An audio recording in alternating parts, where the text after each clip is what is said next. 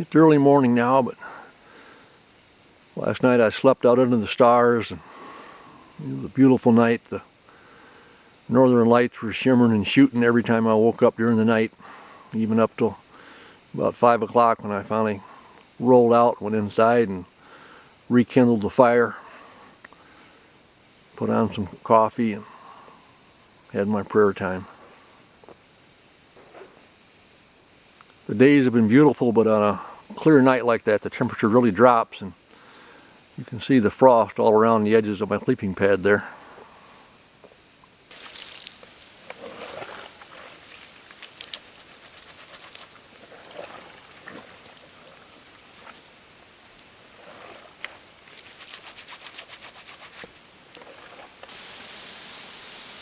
These are some of the camp chores that I do on a somewhat regular basis when I'm up here. You have to do laundry, of course, and there's always the wood prep. Getting the woodshed full of wood's one thing, but when we first arrived, the cabin's pretty cold and we need some fine wood to get the fire started. So by having that all prepped and ready to go ahead of time, things go a lot better. One of the things I do is I keep some dry cedar, white cedar. When it splits up into fine pieces, it makes a very good fire start. And I'll store it in this old container, which by the way came from the logging camp. I'm not sure if it was for food prep or for draining laundry, but it's a big basin with a lot of holes in the bottom. It's kind of a neat old artifact.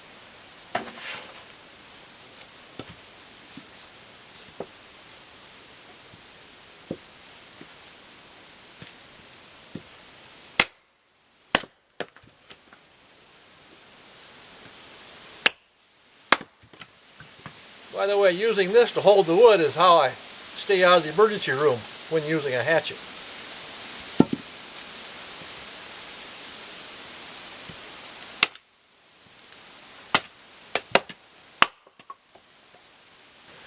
These fine pieces of white cedar will get a fire going very easily.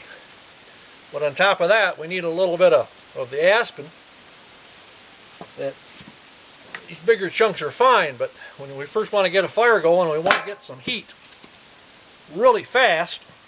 We're best off having some of this worked up in the smaller pieces.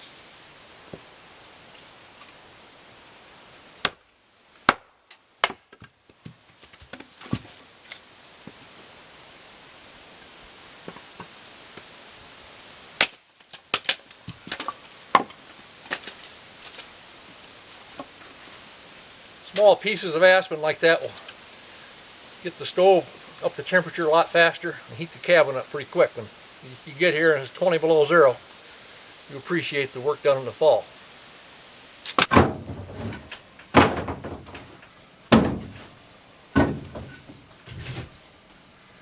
All through the fall, in the milder temps, I'll burn this real lightweight balsam. Keeps the heat down here in the cabin, but come up here at Christmas time, when it's good and cold, we'll use some good aspen.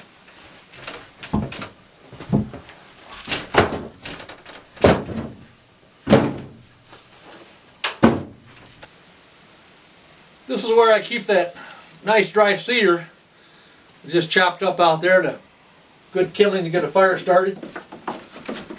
And inside this mouse-proof box right here, got a supply of newspapers. It works out really well. Salvaged this old iron door from a wood stove at some homestead out here. Made a real nice reuse. Keeps my papers mouse free.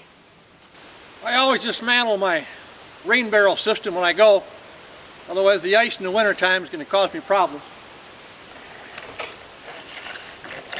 Just store that out in the shed.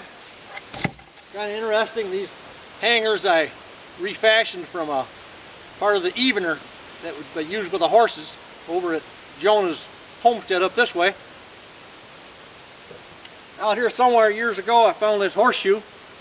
This big thing right here, this is the type of shoe that the horses would wear on the ice. Each time I come to the cabin, I always have to make a choice of which of my cup collections I'm going to use for this trip. I have different cups This is a flamingo cup. That reminds me of my wife. She really loves flamingos. My great niece Ellie, who has been here, and I want to get her back up here. She's a real outdoor adventure girl. She decorated this cup for me. When I retired in 1999, a friend, he gave me this mug. And he said, think of me when you're using that up at your cabin. And I've done that often. It really was a nice gift. I've been blessed, been able to travel a lot. This coffee mug, I bought that in Ireland on a trip that my wife and I did years ago.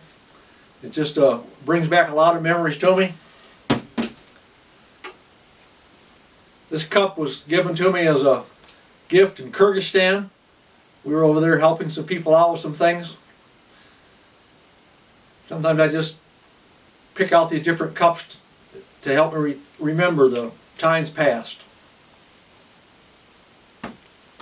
I'm down to a few days left of this trip. I'll be heading home. Supplies are running low, and as I was getting out those cups out of the cupboard, came across this tin. I thought, what's in there? Look at this. I'm resupplied. I probably wouldn't have been low on supplies if I hadn't lost a shoe, as in the old Calvin and Hobbes. When Calvin wanted more time, he'd call out to his mom that he'd lost a shoe, he couldn't come in yet. Well, when I called my wife of 45 years the other day and told her I'd lost a shoe, she knew exactly what I was talking about.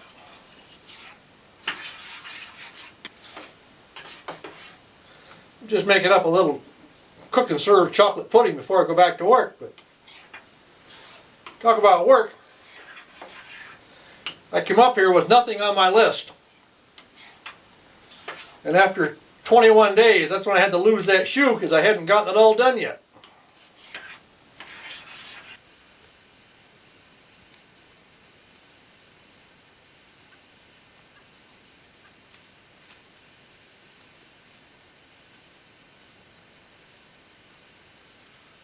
Friends are always stopping in for lunch.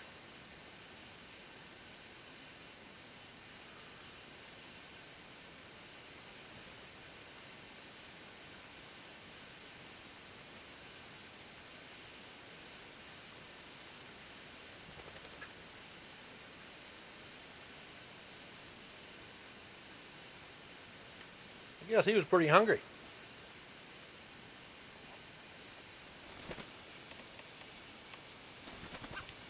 I was afraid that I had a death here in my gray jay pair. There's only been one of the tame ones coming around. There's a young one hanging around too, but only one tame one. And I thought, well, it's been quite a few years now and it might have finally died.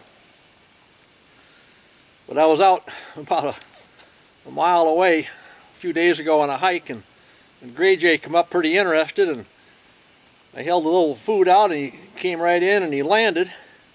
And I realized that was my bold and finicky gray jay. I knew it was the bold one because he sat there and looked me in the eye for a while. And I knew it was the finicky one because I offered him some granola. And when he didn't like it, he started pecking my fingers really hard.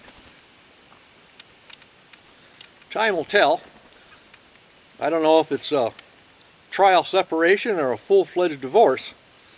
But we'll see if the bold and finicky one comes back to live at the cabin again. All a part of the daily routine up here.